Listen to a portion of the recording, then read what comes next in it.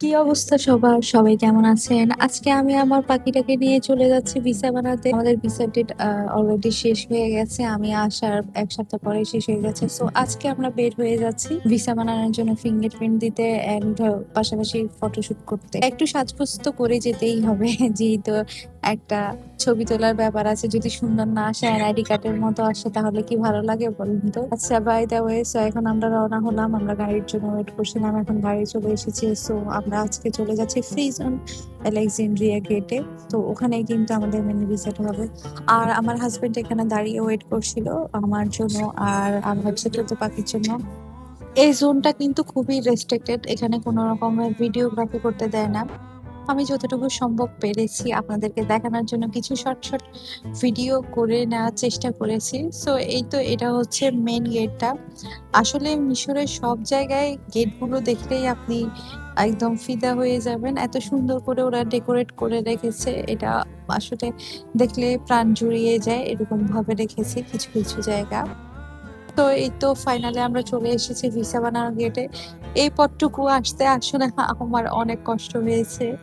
আ আমি রাস্তার কথা বলছি না, ভিসা বানানো পর্যন্ত, ভিসাটা হাতে পাওয়া পর্যন্ত এই জায়গাটুকু আমার লাইফে অনেক কিছু ঘটে গিয়েছে। যারা আমার প্রিভিয়াস ভিডিওগুলো দেখেছেন তারা অবশ্যই জানেন। সো আলহামদুলিল্লাহ আমরা সফলভাবে এখানে পিকচার তুলেছি ভিসার জন্য অ্যান্ড কাগজপত্র সবকিছু পেয়েছি।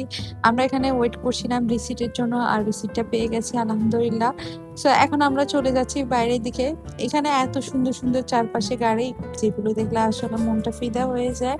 মন চায় যে একটা নিয়ে চলে যায়। আর এখানে আমি আমার বুড়িটাকে একটু হাসানোর চেষ্টা করছিলাম। যেহেতু বাইরে প্রচন্ড গরম, কোথাও দাঁড়ানোর কোনো আ ওয়ে ছিল না। এই যে এখানে আরেকটা বিল্ডিং, আসলে খুব সুন্দর এরিয়াটা।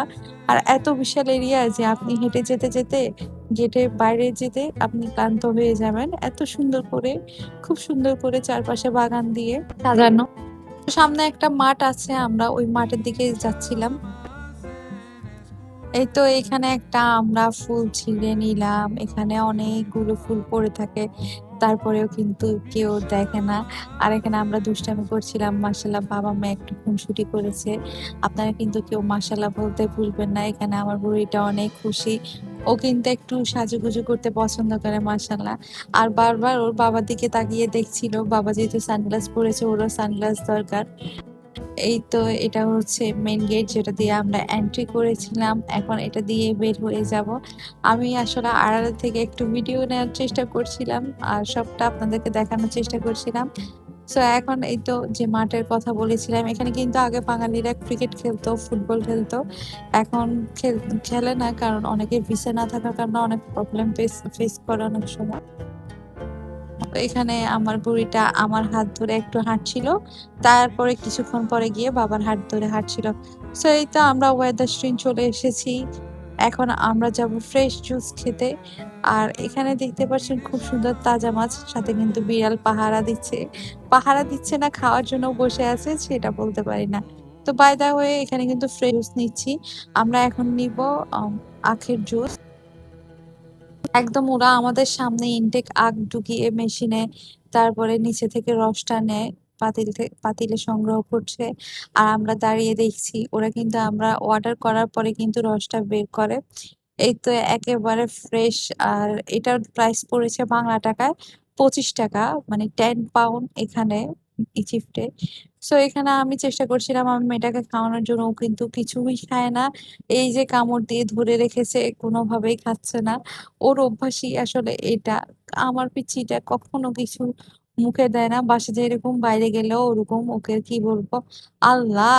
এভাবে বলে হাতটা মাথায় দিয়ে রেখেছে। আমি যখন বলছি, "তুমি খাচ্ছ না কেন?"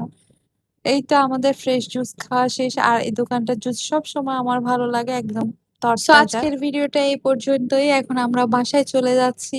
সবাই সুস্থ থাকবেন, ভালো থাকবেন আর সবাই দোয়া করবেন আমাদের জন্য যেন আপনাদের সাথে নতুন আরো কিছু ভ্লগ শেয়ার করতে পারি। সো আজকের মতো আল্লাহ হাফেজ।